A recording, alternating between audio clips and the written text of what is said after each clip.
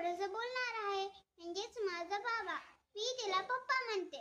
माझ्या पप्पाचं नाव कृष्ण आहे आणि तो कृष्णासारखाच खूप छान दिसतो. माझा पप्पा सकाळी दररोज 5 वाजता उठतो आणि व्यायाम करतो. माझा पप्पा स्वतःची सर्व कामे स्वतः करतो. जर घरात आई आजारी असेल तर तिची घरकामात थोडी मदतही करतो. माझा पप्पा बँकेमध्ये किंवा कोणत्याही कार्यक्रमात अगदी वेळेत जातो.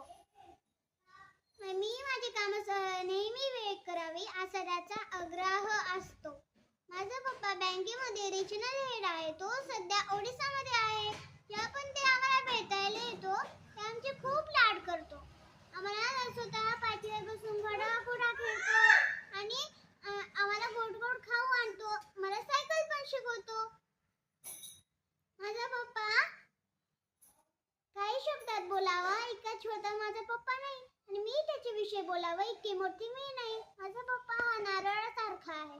बाहेरून कडक वाटतो आणि आतून अगदी गोड.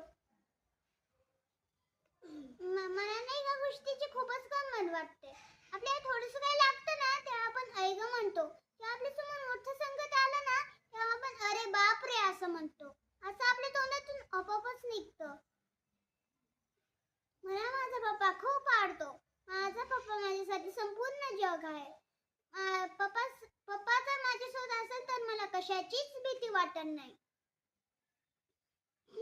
मी शेवटी एवढेच बोलेल की आई असेल देवारा तर पप्पा मंदिर आहे.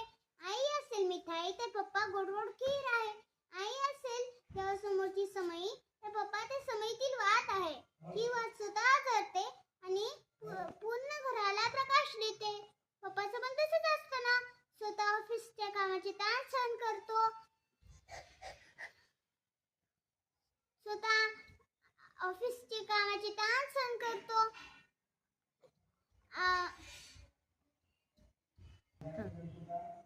पण आम्हाला सुखात ठेवतो. पप्पांना जर डोक्यावर असेल तर कुठलंच वादळ आपल्यापर्यंत येऊ शकत नाही. माझ्या पप्पाचं स्वप्न हे आहे की मी खूप अभ्यास करून मोठी कलेक्टर व्हाव.